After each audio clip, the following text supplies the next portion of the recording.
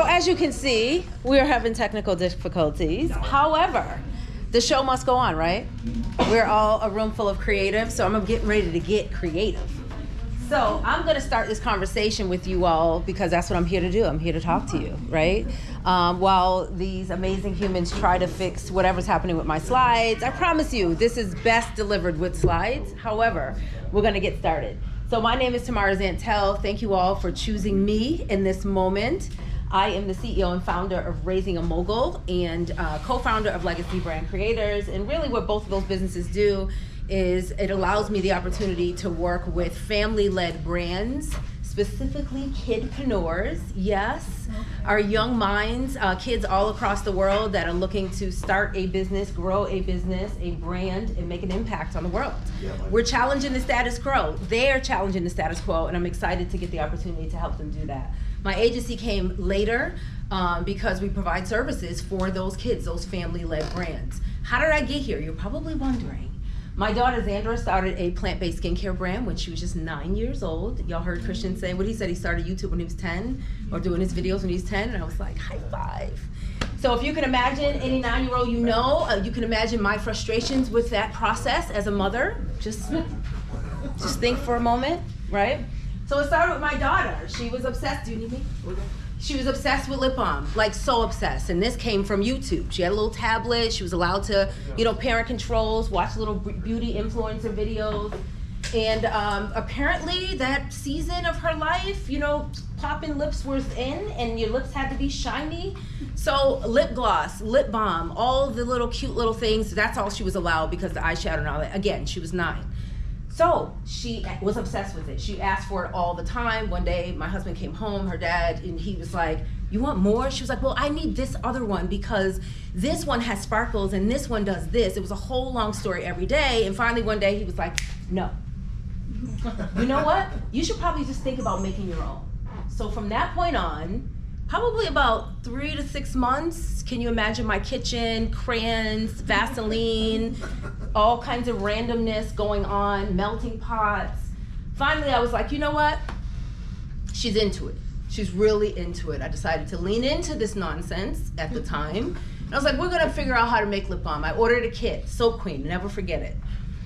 Went to soapqueen.com after a Google search, probably a blog or a YouTube video, can't remember.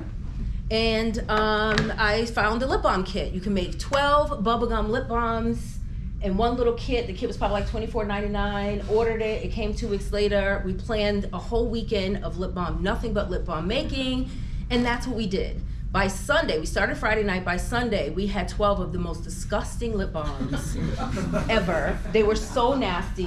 This is me being like, I can't believe, is it supposed to taste like this? And but she was proud. She was so excited. It came with labels. We made labels. My father's a pastor. We went to church on Sunday. She stood up and told everybody what she did. All the old ladies in the church was like, I'll have one, I'll have one. She was giving them away. One of the ladies pulled out her wallet and gave her $1. It changed my child's life. On the way home from church, she was like, Mommy, we're gonna make more lip balm next weekend so I can get more dollars. And I said, you know what, Zan? That's called a business. Do you want to start a business? And she was like, I want to start all the businesses so I can get all the dollars. And I was like, great. Here we are today. That child is 24 years old. She is the CEO of Zandra Beauty.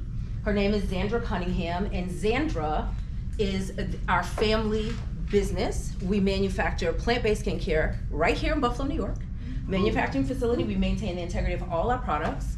We also make skincare for lots of other brands. I cannot tell you who. Because we also have a private label arm, a manufacturer business product development portion of our brand, where we make products for other brands. We put their name on it though instead. We're in stores all over the world. We're in Targets, in your local Wegmans, in your local Top store. We're in Whole Foods, and thousands of boutiques everywhere. It started from a 9-year-old dream. My child retired me from my corporate business when she was just 15 years old. Yes. Imagine 15, she was 15, I was older than 15, working for my kid. Imagine that dynamic. So I know that is not what you came here to learn, how to navigate business with your kid, how to be a parent, how to be a manager, how to work for your child. That's not what we're here for. We're here to talk about how these young minds, how young entrepreneurs like my child are innovating, how they're creating, how are they doing social, marketing, digital, all these things that we're all experts at or looking to become experts at. How are they doing them with ease? And how are they changing the game without even freaking trying? And can we talk about how it's kind of not fair? Because we work hard, right? Raise your hand if you work hard. Right? You know, Christian talked a little bit about TikTok, but I mean, they just took over and they did a dance and it just got viral and next thing you know, they're famous. And we're like, but I've been working for 10, 15 years at this one thing and don't nobody know me. Not fair, right? So when we think about, now I have to do recall, figure out what my slides say, what I want, the points I want you to make. But when we think about the young people and the way they show up, there's some key points that I'm gonna guide you through today. And I promise you, it's gonna be things that you've heard before. There's very few things in this entire experience today that you're gonna be like, never heard of that before, right? But it's about the way you receive it, it's about the way you deliver it, and it's about the timing, right? Whether I say something that you need to hear right now in this moment because you're here and you're like, well, Tamara said it, so maybe I should go ahead and try it. Maybe I should try this thing a little bit different. So I'm just asking you to keep an open mind.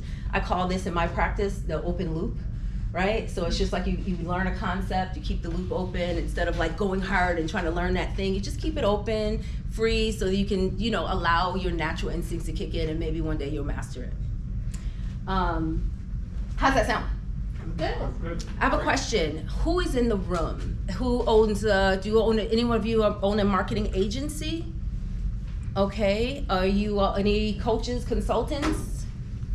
Okay, anybody here that's actually, it's probably gonna be some overlap here. You actually have a product or service that you're looking to market better. That's why you're here. Who did I miss? Someone yell out, what category did I miss? I'm a student. Student? Yeah. Hoping to? Just learn more about creative industries. Love it, awesome. Anybody else? Okay, so we're seeing how long this can hold tight. All right, so awesome. Thank you for sharing that. It's important to know who I'm talking to so I know how to approach what we're talking about. Okay, so I have a question. Raise your hand. Do you know a young person that's out here killing it in the digital game? Marketing, social media, got a product, a nephew, a niece, a sibling, something. Someone tell me, give me a story. I see, did you raise your hand? Somebody raised their hands. Okay, let me start over since y'all got shy all of a sudden. And I say somebody tell me, okay. When I say somebody tell me, that means somebody's supposed to talk. All right, so who knows a young person that is doing well in this space? Maybe I asked the question wrong. Sir. Yeah, my nephew Max started a tutoring company when he was like in high school and college, and he's killing it. I love it. Anybody else? How young? We'll say under 21. My son's 14, he had a YouTube channel, but he didn't convert into any money. It was just a hobby. A hobby, okay. But he was good at it. He was good at it and brave enough to do it. So what's important to know, so now that I have slides, is that young people today grow with technology, right? So we all have heard the story, we've all seen the news articles, right, of kids of like 6 years old, phenomenon, 12-year-old, right? When I was younger, it used to be like the piano prodigy or the athlete or whatever, someone young could start and you'd be like, that's amazing. But now it's happening in entrepreneurship. We're seeing it all around us, right? So there's an intuitive understanding that these kids have that like, I'm actually capable of building a digital platform with ease, right? And I think it surprises us as older generations. I'm probably older than a lot of y'all, but I'm just gonna say older generations because I don't think anyone's in here under 21, right? Under 18, sorry. I forgot we had to do that. Okay, awesome. So we're gonna talk a little bit about this process and their creative application and how they actually do what they do. All right, so today's journey in a nutshell, and thank you all for being patient with our tech issue, and as I do my recall and come back to where I'm supposed to be. We're gonna talk about the rise of youth entrepreneurships, young entrepreneurs, and how that generation is really shaping, business, how it's shaping this new digital era, how people get information. We're gonna talk about this in some intuitive approaches to brand building, right? So there's a lot of marketers in this room. There's a lot of, or all of us are creatives in this room. So I wanna just give you some really simple things that you probably maybe heard of or thought of, but let's see if we can, get you to think about it a little bit differently today. And we're gonna talk about how content is, community currency. Anybody believe that? Okay. Also, why digital first means human first, and strategies you can implement even tomorrow or today if you're excited. All right. So the data is in. The data does not lie. I believe it's Junior Achievement in Ernst & Young tells us that it highlights this idea of like the gender differences. 61% of teen girls have thought about starting a business. 41% of teens will consider entrepreneurship over a traditional job. This is new information. Why? Because entrepreneurship is now being pushed into some of our schools, not all of our schools, but some. We have organizations like the Foundry. I'm here representing the Foundry today, which is a creative makerspace right here in Buffalo, New York. We are actually the only true creative makerspace and business incubator that does both in West New York. So that means we have a wood shop, a wood lab, a tech lab, textile lab, and a metal shop right on the grounds. We're right on the east side of Buffalo. Okay, so I was responsible or tasked with starting the youth entrepreneurship programming at the Foundry. And what I realized is that we came across so many kids that would come in the building to take a class or with parents, and they were like, I want to do something amazing, but I don't know who to talk to about it. Or I have this really cool idea, how do I figure it out? Imagine being a young person, having a dream, having an idea, and actually having a playground or place to actually explore those ideas. Yeah. Can you imagine that? Yeah. I meet so many adults that are like, I know we're all used to being asked, what do you want to be when you grow up? What did we used to hear? Yell it out. What did you hear? What was everyone's common answers? Astronaut. That was the cool answer. I want to be an astronaut. So it's like teacher, police officer, lawyer, right? Doctor, whatever. That's what career day looked like for us. But now these kids are like, I want to be a cosmetologist. I want to open a barbershop. I want to own a restaurant, right? So they're seeing what's happening in the world, or I want to be a YouTuber, right? I want to create content. It's like, what? And their parents, mind blown, they have no idea. So the cool thing about the Foundry is we have an opportunity to create opportunities for kids like that by creating programming around these kids' amazing ideas. And we've created the playground for them to explore those, okay? 13% of a lot of businesses were started by kids, even before they were 18. I just told you, my daughter built $1 million brand before she even had her license. She was old enough to drive. And she did it and was like, what's for breakfast? She didn't care, because it was what I positioned her around other young people that were doing something similar. So clearly we've gone beyond lemonade stands, okay? When we think about it, not to say that lemonade stands, that is an amazing start, right? That's the idea. The kids learn, they develop the hard and the soft skills of actually, presenting their customers. I remember when my daughter Sandra went to Buffalo State College, they had a program, they have a program called Kids Biz. It was basically setting up your lemonade stand, right? You learn how to borrow from the bank of mom and dad. You learn how to say please and thank you, develop those customer service skills, all of those things until they're ready for more. But these young people are looking at, beauty and personal care, tech solutions, apps, content creation empires, clearly, and building multimedia businesses. Have you heard of the kids on YouTube that are making like hundreds of thousands of dollars playing with toys? Yes. Like literally reviewing toys. My son's watching. Right? So you cannot tell me, when we think about the traditional sense of being successful, what society has told us success looks like, it starts with sitting down, learning the lesson, reading the book, planning it out, studying the thing, going to school, more going to school, and then more going to school. But then you have an 8-year-old on YouTube that is like, Dad, what if we put Jell-O on top of the sand? And it's like, that's a great idea, Tamara. And they're paying for college. I told you what I was going to talk about. It's not going to seem fair. It doesn't seem fair. They're building sustainable products, you know, creating eco-friendly alternatives to genuine, and they're genuinely committed to environmental concerns. One other thing about this, and when I keep saying intuitive, this generation, like it's all about the feelings. And as a room full of creatives, we all understand feelings. The Foundry, we have lots of creatives. Everybody has a feeling.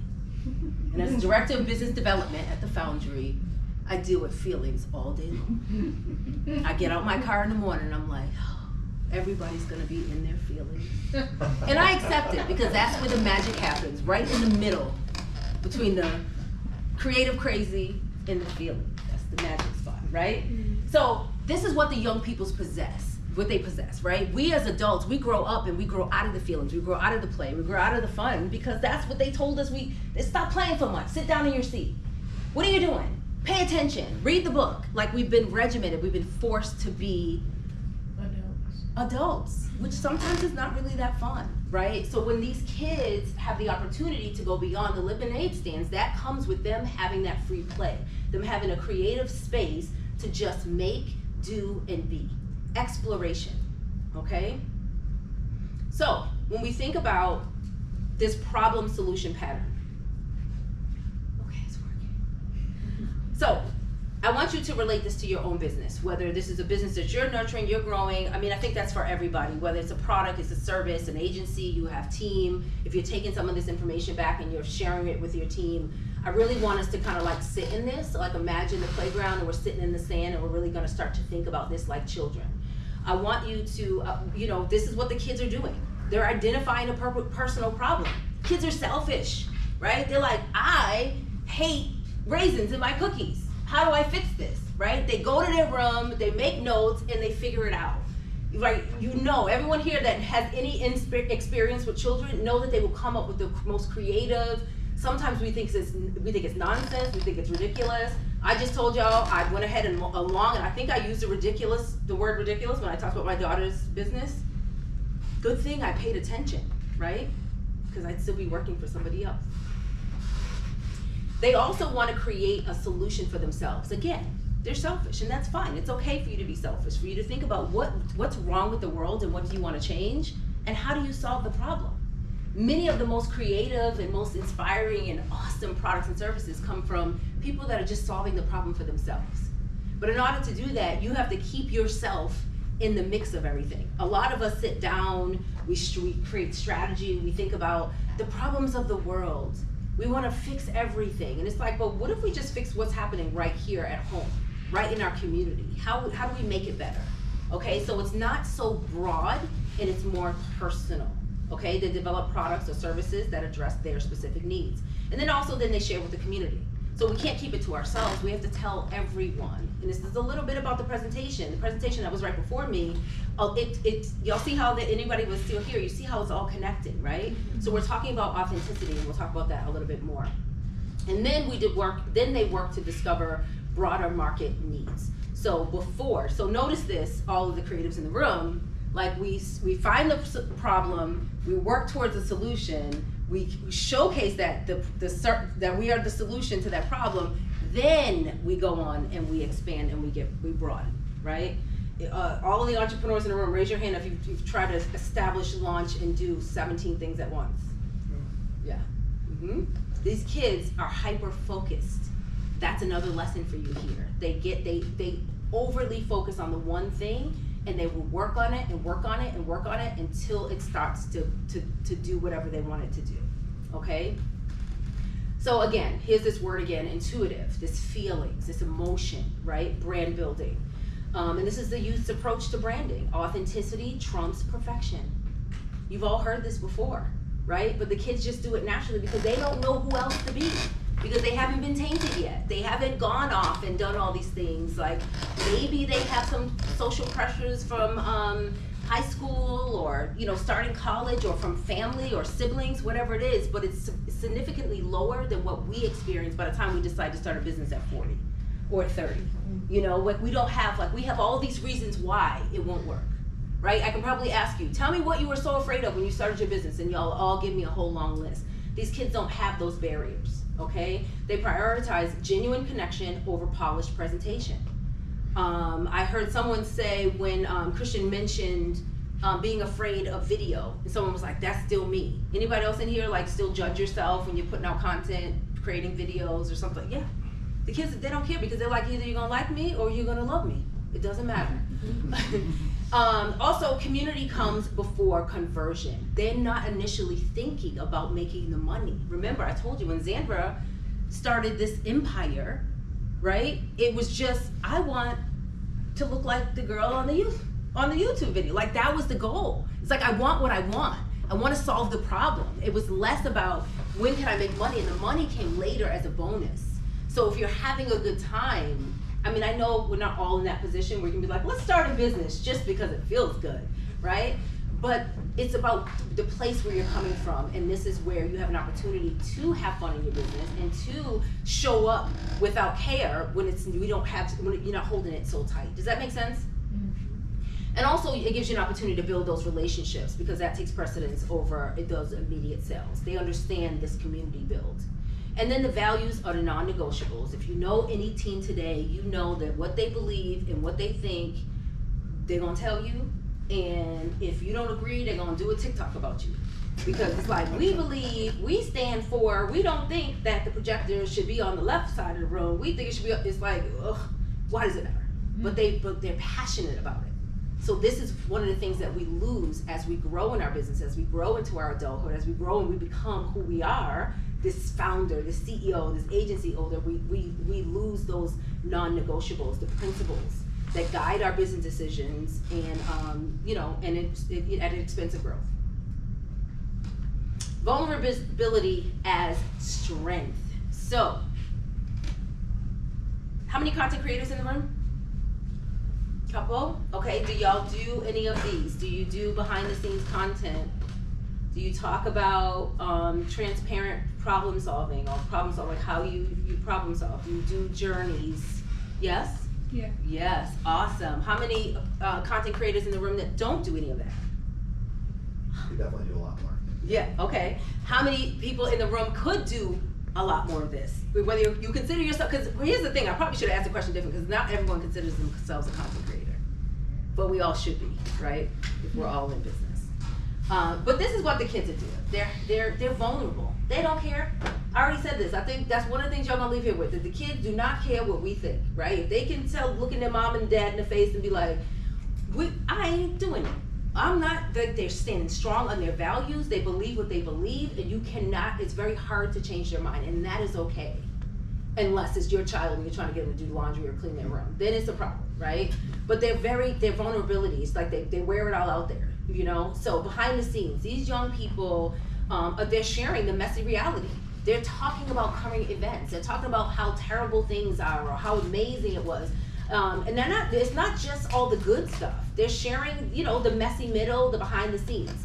And that transparency is what's building trust with other young people, or even those of us that are a little older than the young people, okay? So it makes them relatable to their audience. Again, I told you, a lot of the stuff you've heard before, and you should be implementing in your business. I'm just giving you a little different way to think about it from a young entrepreneur's perspective.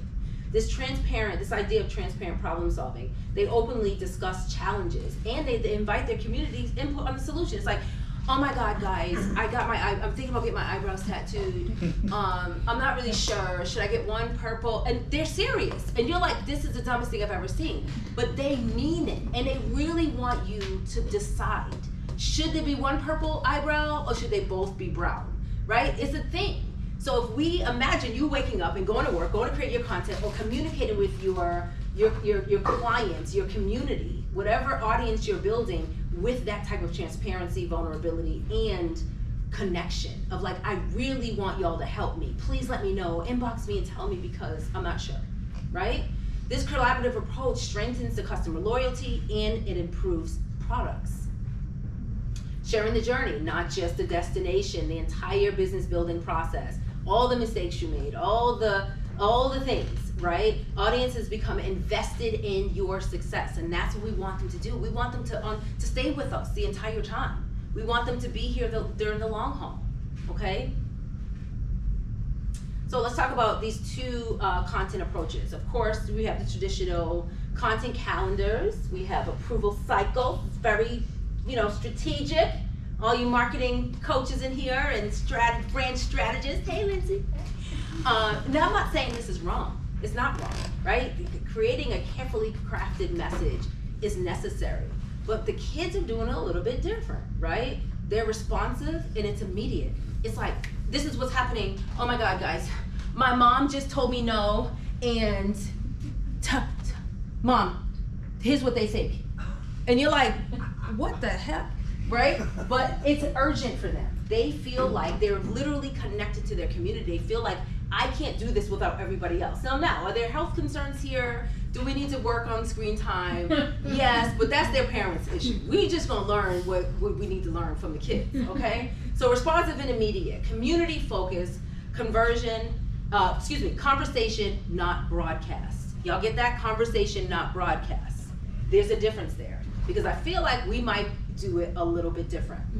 What do you mean by that? Which thing? Conversation, not broadcast. Chatting versus, Say it again? chatting versus, just putting it out there. Yeah, so conversation, meaning like chatting. We're just having a conversation as opposed to me like, hey you all, today we're gonna have a sale and the sale is 10% off and here's why you want it and the blue one's better and this one fits like this and don't you like it? Okay, bye.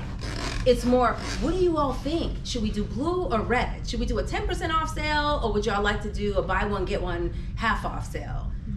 You're including the customer in the process and the conversation. I love how you're describing the youth-driven approaches to content, and I think it's so, like for myself, I feel like, oh, I get it, yes, like, something happened, I'm gonna talk about it. I have a hard time applying that to like clients, like corporate clients, because it's different. Yeah. When they have, they're looking for the content calendar and stuff, but that it works still.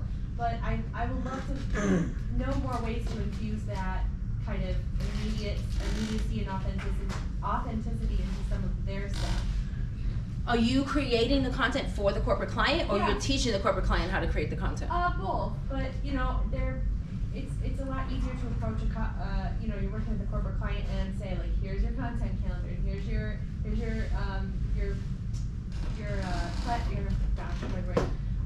the different content approaches you're going to take that are Your more pillars. traditional, because they understand that and they need that planning and they want to see that, whereas you're not going to be like, hey, give this to your intern and they're just going to go around the office and do this thing and they would like freak out about that. Like, Right. But what if you could incorporate that? Because that could be what sets that company apart. Understanding who works at the company. Understanding how we do the things. Not, showing the proprietary or the really, all their secret sauce, but what if that could be, that could be the wild card? Where it's like, okay, this is the plan, these are your pillars, this is the structure, give it to your marketing team, this is what we have to roll out, and this is the timeline, all those things. But we also want to have some fun here. We want people to know that we're actually humans that are back here driving this engine, whatever the company is, and they're going to get to know you. So that's a whole different type of the brand building that maybe your clients haven't considered. So that's how we can pull in the youthful piece. So do I think the CEO's gonna randomly be like, can you believe John was late for work? And listen, like, John, what do you feel about that? Like, it's not like that immediate. Like, some things like that won't work. But can the intern, go around and take video and be like, so this is what's happening in our kitchen, or here's our company, whatever, or we just started doing corporate training on whatever. Have you all ever had corporate training? Here's how the corporate training has changed us.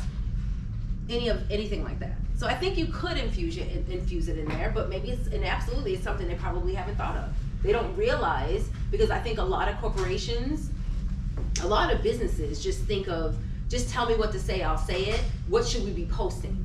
It's not about how are we building a relationship with our consumers, and they think that, or they're saying that, but they think the relationship is being built because we see their graphic on Instagram. And it's like, that doesn't tell me anything about you. I want to know, I want to have a relationship with the people that are coming to spray that poison on my grass, right? Like, how do I know? When I see the person, I wave at him different through the window because I'm like, I saw you TikTok, I don't know if that was helpful. that was So content as currency. consistent presence, perfect production. We just heard Christian talk about his content and making his first, I think one video was like 6 figures or something that he posted, and it was just like, it just happened to go amazing, right? So this regular engagement matters more than production quality. And this is where we get stuck. We want it to be perfect, but this is where the kids don't care. And remember, they didn't start doing this. Most young people don't start the business because of the money. It's like they're doing the thing. They're already sewing the clothes. They're already creating the art. They're already doing the YouTube. They're already giving their opinion on TikTok. They already got they're already doing the dances because it's just what their friends like and what they love. Then the money comes secondary. So when we start being consistent, that's when the magic really happens, right? That regular engagement. Also, micro content drives macro engagement. I think a lot of times we feel like we have to sit down and give it all. Instead, we can just give little pieces, small, frequent content pieces that will build stronger connections. The bottom line is we all have squirrel brain. We don't have a whole lot of time, and these kids understand the value of a cliffhanger. Like, guys, I'll be back in 10 minutes, but guess what happened at school today? I'll be back. Right? And then so now we're all waiting to see what's gonna happen, right? So you have to relate that to your business, but they get it, right? Or they'll tell a little bit of the story, and then they'll be like, and then you have to go find video too, which is annoying to people like me. But I will find video too, because I can't wait to see what's next, Educational content that builds trust. Sharing knowledge establishes authority and credibility. We know that, right? Why is this important? One of the things we did, we realized with our content creation with Zandra, is that when we started talking about the different ingredients in the products, we gained a whole different, community of followers that were just interested in emailing and saying, I'm only using this because this has, I love Zandra because they use burdock root. And it was like, who knew burdock root was gonna be the thing that pushed us over the edge, right? So you never really know when you talk about the details and you educate them on why it's this way.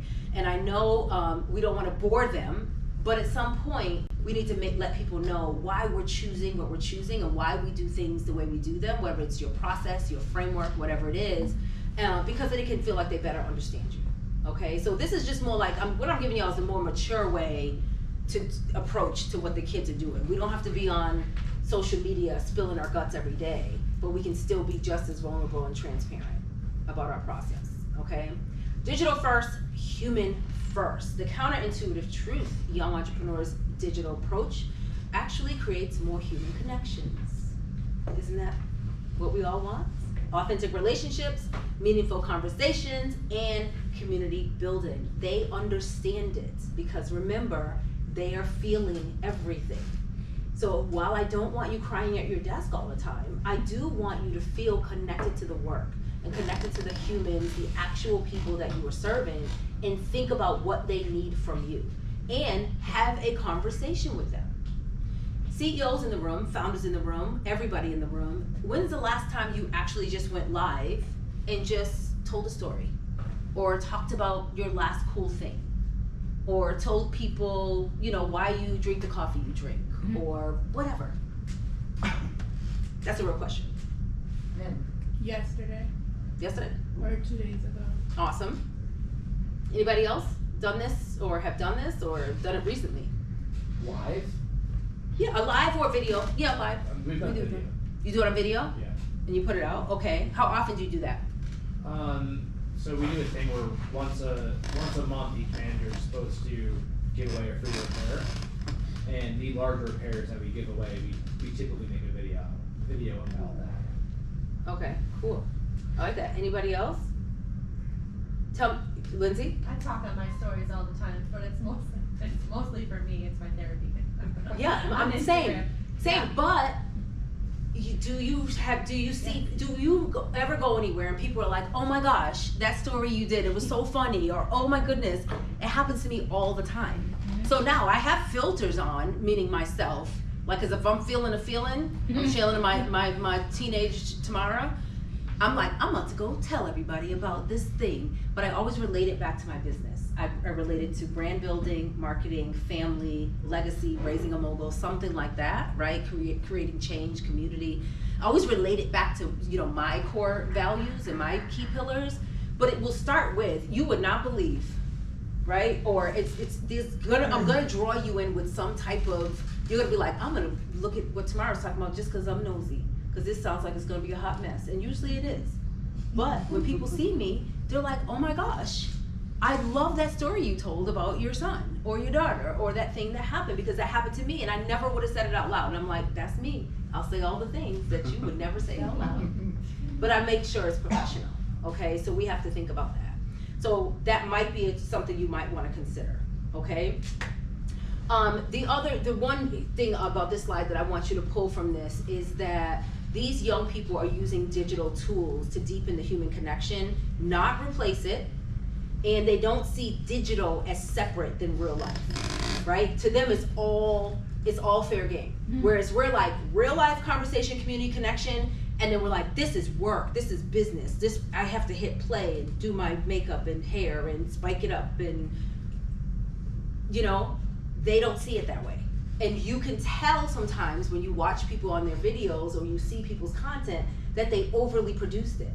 And it feels inauthentic. It does not feel human, right? We want to think about this seamless, omni-channel experiences. Young entrepreneurs create consistent interactions across all touch points, whether digital or physical. They're the same person. You meet some young influencers. I remember Xavier did BeautyCon a couple years back, and we were like, Jojo Siwa and all this, and I'm like, these people are exactly like, it was just weird.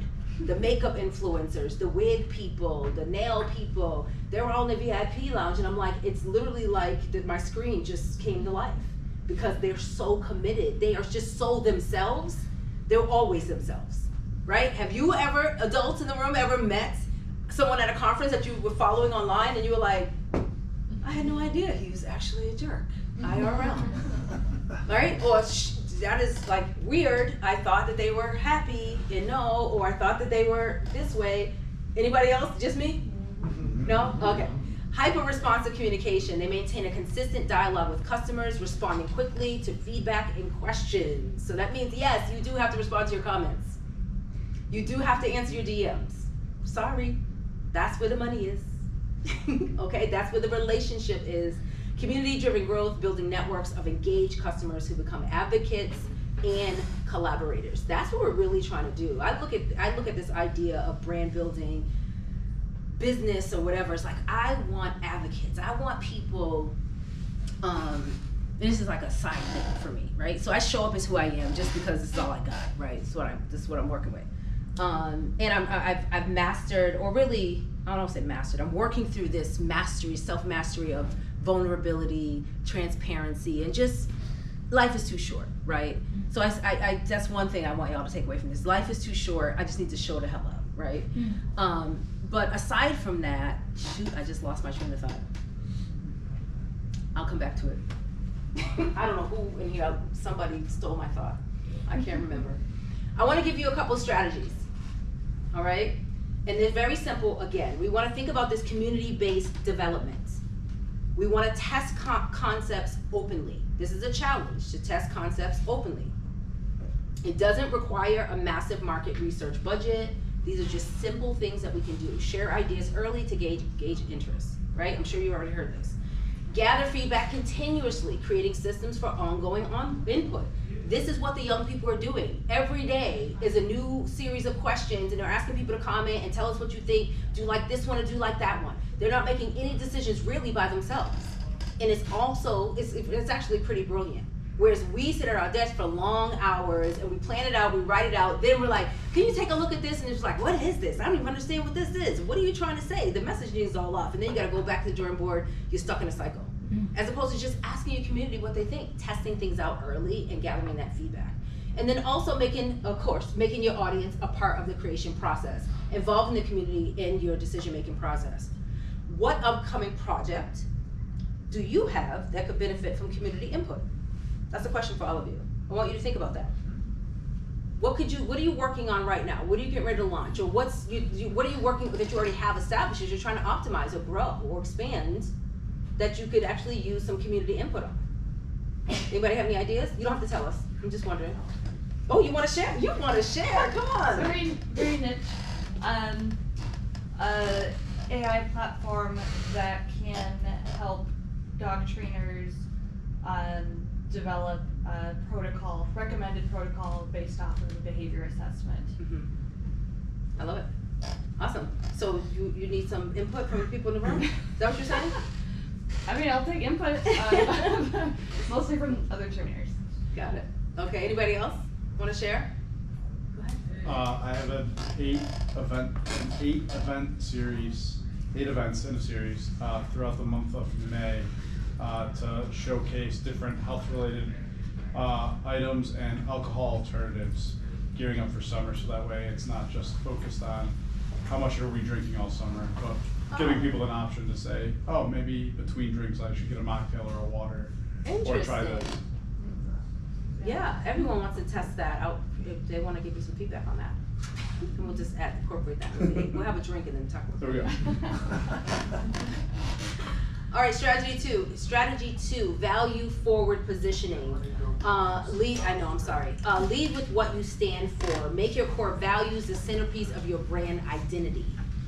The second thing, align actions with stated values. Ensure business practices consistently reflect your principles. Who are you? What do you stand for? This whole concept of attract and repel. Some of us have been brainwashed to think that we want to attract everyone. Everyone is our customer. We know that that is not true. We want to repel the people that are not for us and attract the people that are for us. And we want to attract like-minded community. We want to build a customer base that shares your vision and your value. I started to kind of lead into this early, and this is not exactly the thought I lost, but it comes back to it, is that we want raving fans, right? Raise your hand if you want raving fans. You want raving fans that, gentleman right here in the red, you said, no, I think it was you, you said, I don't delete the comments because, was it you? Yeah. Yes. Okay. You said I'll delete the comments because my customers, my clients will come and basically advocate for me, right? So that's what we want. But they're not going to advocate for you if they don't know you. You see how that works? You're just like, no, I know her. She's a really great person, or he's really awesome, or he's so cool. That's where the advocacy starts, because they feel like they have a relationship with you. Then they'll fight for you. Not only will they show up and buy from you, support you, follow you all over the internet, bring more people to you, but they'll also fight for you, okay? And the young people do that really well. Strategy 3, educational marketing. We talked about this. Position yourself as a resource, not just a vendor. It's not just you have stuff to to sell, and you want them to buy things. Position yourself as a resource. Share your expertise freely and build trust through knowledge sharing, okay?